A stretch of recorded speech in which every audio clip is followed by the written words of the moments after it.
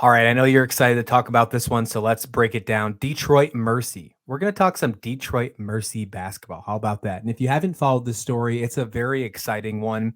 Anton Davis, he is on the cusp of, the heels, if you will, of Pistol Pete. If you don't know who Pistol Pete is, Google it, my friend.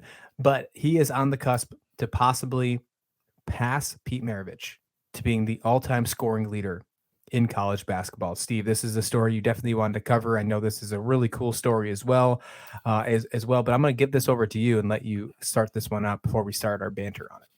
Well, you never want me to start because then I never shut up, and then you have to like give me subtle signals about still not good. But yeah, but this for me is going to be the story of the men's college basketball 22-23 season, even if Antoine Davis does not surpass Pete Maravich. And we'll talk about reasons why, well, maybe it's not really fair. We'll get into all that later. But the parallels are Antoine Davis, when his dad, Mike, was playing at Indiana, he was just a little kid sitting behind him, on games, and they used to focus in on him all the time. His dad is coaching him, there at Detroit Mercy. It would have been kind of cool if Dick Vitale was still at Detroit Mercy, but that was, most of you probably don't even know Dick Vitale actually was a coach, but he actually did coach, at Detroit Mercy. He got him to the NCAA tournament. But then Pistol Pete Maravich was coached by his dad. And his dad, along with Mike Davis, they were very tough on their sons. They loved their sons, but they were really tough on them because they knew that there was another level, that maybe they were just being kind of not lazy, but they just knew how good they were. So maybe they kind of cruised. Mike Davis, certainly with Antoine Davis. Again, Antoine Davis is not your typical college basketball specimen. He's 6 foot, maybe. I want to see. I want to check the measurements whether he really is 6 foot or not. I mean, are they putting inserts in his socks? When they're doing that, he's right there on that cusp. But he has absolutely maximized everything that he has here, and the fact that a 42-point game now suddenly has catapulted him not only into second place, but really given him a chance to potentially pass Pistol Pete. And you see the brackets in the back. If there's a team that you want to root for to win their conference tournament and get an automatic bid, because the Horizon's it's not going to be a 2-bid conference. Okay. It's Detroit Mercy, because you want to see this story play out, even if he falls short. You want them to not only play, and win their conference tournament, which would give them an even better chance, but also an extra game in the NCAA tournament so that he would have a chance of passing Maravich as the all-time career scorer. Yeah, Detroit Mercy is not having the greatest season if you look at their actual record, 8-13, 4-6 in the conference, but with the Horizon League, they are at least guaranteed one play-in game in their conference tournament. So if they continue to win in their conference tournament, that'll help him moving forward. He has about 11 or 12 games left, however you want to look at it. To get to Pete Maravich's record, he's going to have to score about 33 points per game. I know that seems like a lot. He's currently averaging around 26 points per game, but he has had back-to-back games over 40 points that helped him surpass over the second place into the number 2 all-time scoring. He's only 393 points away from tying Pete Maravich's all-time record. I think it's actually a little lower now that you're listening to this because he did play just the other night. So the opportunity for him to get this is doable. It might seem maybe unlikely, but the possibility is there.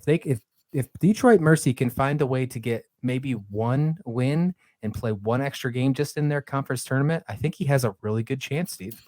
Oh, absolutely. And then I want to kind of take a look at what's on the schedule still and what he's done against those teams to maybe whet your appetite even more to start paying attention about it. The first team they have to deal with is Robert Morris, who is not a good team. He likes playing Robert Morris like a lot. He averages 33.6 a game against Robert Morris. He's never scored less than 26 points in any of his games against the Colonials. So, okay, you got to play Robert Morris. Odds are you're going to have a pretty good night. Okay, odds are you're going to maybe get over 30 points for sure there. Then they play Youngstown State. He's already scored 32 against Youngstown State earlier this year. So that's another good thing. As a career, averaging 25.9 against Youngstown State. So, okay, again, maybe not at that threshold that he has to be at of 32.8, but it's flirting with it. He got 32, so he could keep pace there. Cleveland State hasn't done as great there. He's only averaging 24.2 points a game against Cleveland State in his career. So I guess he's taking nights off against Cleveland State, I guess. But still, and the same thing with Purdue, Fort Wayne, only averaging around 24 points a game. So, okay, he's going to have to step it up there if he's really in pursuit of it. Milwaukee, 30.7 a game. So certainly helping getting up over 32 points maybe against him. He has his career high prior to his back-to-back 40s was against Milwaukee last year at 39. Then another team in Wisconsin, Wisconsin Green Bay, averages 26.7, but he's had multiple 30-plus point games against Green Bay. You're seeing a pattern here. IU, PUI, MOUSE, whatever the school's initials are.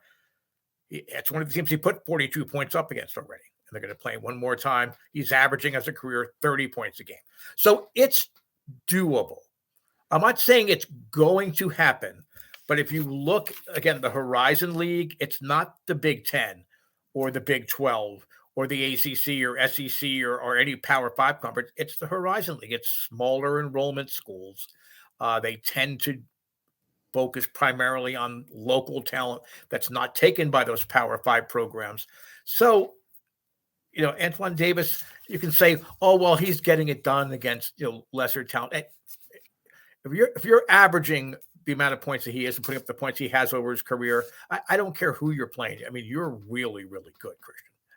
Yeah, absolutely. Breaking it down, because on Monday he did score 14 points in his recent outing. It was his worst outing since 2020. So maybe just passing the second all time might have had a little bit of maybe nerves, if you will, but he still has 11 games. If you count that one play-in game left on the schedule for him, if you put that all into context, 34.5 points per game is what he will have to average to get the remaining 379 points just to tie him. If they win even just one game, that average goes down to 31.5. If they win 2 games in the conference tournament, 29.1. Sounds a lot better when you think of it like that.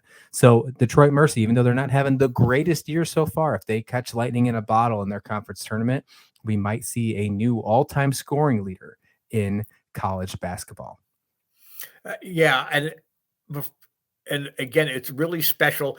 Antoine Davis knows that this is special, not only because he's chasing, and I'll come out and say it, and I can see all the hate comments coming out.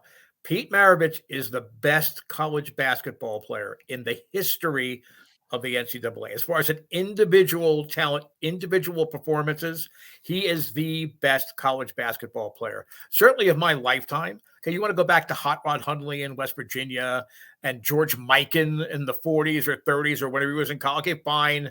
All right, I guess we can break it down. But I'm telling you, Pistol Pete Maravich, as a college player, not a pro, as a college player, was the best college basketball player I have ever seen. And I think he was the most talented player of the modern NCAA era. He's a kid born just down the Ohio River from me here in Pittsburgh, in a town of Aliquippa. People know that as a football place, but he and his dad was coaching there. His dad moved around in the coaching ranks, both as an assistant and as a head coach. He didn't have the 3-point shot. He didn't have a shot clock. So teams could try to slow it down on him, and so that he couldn't be running up some big totals. He only played 3 years because back then you couldn't play as a freshman. There was no one and done, and basically you couldn't even play as a freshman. But he averaged on a career 44.2 points a game. as a career. I mean, nobody has even sniffed that at Division One. He's made 1,152 free throws. Now, Davis is a better percentage free throw shooter, but again, that was another thing. We got to foul him. So, 1,152 points per game. If you want to knock Pete Maravich as opposed to Antoine Davis or other scorers, he was not afraid to shoot the ball. He averaged 38 shots a game. That's a lot. That's that guy that you play with on the playground that you regret every time you pass him the ball because no matter where he is, he could be on the ground on his back. He's still going to shoot. He's not going to pass. I mean, Pete Maravich had a little bit of that in him. He was a terrific passer. So over his career, he either scored or assisted on 60.4% of the points that LSU scored. And there's a lot of parallels there because, again, Detroit Mercy, their glory days are not now. I mean, they're in the past, but LSU didn't have a winning record with Maravich playing there except for his final year when he finished, fell off to Kentucky. They went to the NIT where I got to witness him in person. And I mean, I'm a pain in the butt. So, but I wasn't a brat and I wasn't spoiled, but I threw such a tantrum that my dad, just to shut me up, took me to the consolation round games of the NIT in 69-70. It was just, my mouth was open the whole time. I couldn't believe it. It's not like he had big scoring things. He had like 37, against Oklahoma. He had 30 against Georgetown, 24 against a ranked Marquette team. And now back then, the NIT, smaller field, but it was the prestigious tournament. And maybe, again, because I grew up there, I have some bias there, but it was really, people were more excited about going to the NIT and win it than even going to the NCAAs, because of how the format was. It truly was East, South, West, Midwest. I mean, truly was that. It didn't matter how good you are. If you weren't in that top 8 seeds or whatever in a particular region, you weren't going to the tournament. Maravich was just so special. Like Christian said, Google him. Yeah. But spend equal time Googling what Antoine Davis has done. There's a lot of great stories. NCAA.com has had a series of great stories out there about, Davis's quest.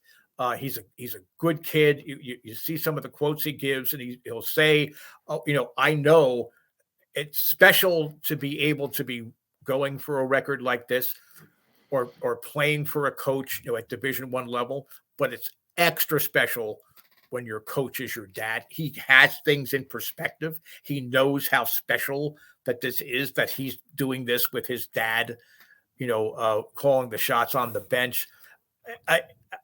It's just such a great story. I could go on and on. I know, big shock. I could go on and on, but I could go on and on about this story, Christian, and I still couldn't touch all of the dynamics, especially with Pistol Pete Maravich.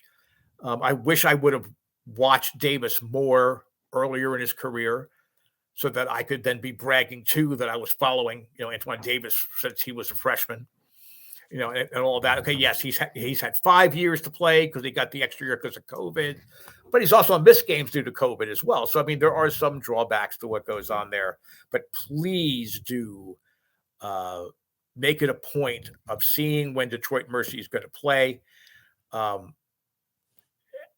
Follow how close that he is. And again, come conference tournament time, you want one of those miracle runs. I don't know that Detroit Mercy has an old nun or something that comes and goes to every game. But, I mean, whatever divine help has to happen. I mean, it is a Catholic university. I don't know. I mean, maybe there's some priest that, does whatever voodoo he does, to root on Detroit Mercy. Whatever it takes, we want to give him as many opportunities to become the all-time record. You can debate later, he played more seasons. He has the 3-point shot. I mean, Pete Maravich would shoot from half court routinely He wasn't getting extra points for it, but just again, he was a gunner. So if he thought he could make the shot, he would just gun it from there. So please do make this a regular part of the rest of your basketball routine. You're not going to have a story like this with parallel storylines on so many levels. Son playing for their dad, overcoming what people didn't think was good. LSU was thought to be a joke of a program. The Maraviches as a team brought that program up to where they were almost won the SEC over Kentucky back when Kentucky was the dominant force, in the SEC. So please do pay more attention to it. If you want to continue and see the next 11 games or his rise, the potential of him chasing those last 379 points, well, you have your first opportunity on Friday as they head to Robert Morris, 7 o'clock Eastern. All these games are on ESPN Plus, so you can check that out. And then Sunday, 2 o'clock Eastern against Youngstown State. That'll be the last two in January. And then he has 8 more in February and at least one game in the Horizon League play-in tournament. So keep that in mind. There's 11 more chances for him to get 379 points. It is absolutely doable. It is absolutely doable. Thank you so much for listening and watching. This was a fantastic episode here. Be sure to hit like and subscribe. Leave us a comment. What do you think? Do you think he's going to make the record? Is he going to beat Pistol Pete? And if you have some cool Pistol Pete stories like Steve does here, or just any other cool college basketball stories, we'd love to hear them here at SlasherU. We always love getting that debate and that discussion. That's what we're here about. So go ahead and leave us a comment. If you're listening in podcast form, thank you so much. Go ahead and hit that follow button. If you have the opportunity, hit 5 stars. We'll see you back here for another episode here at SlasherU College Basketball. Take care.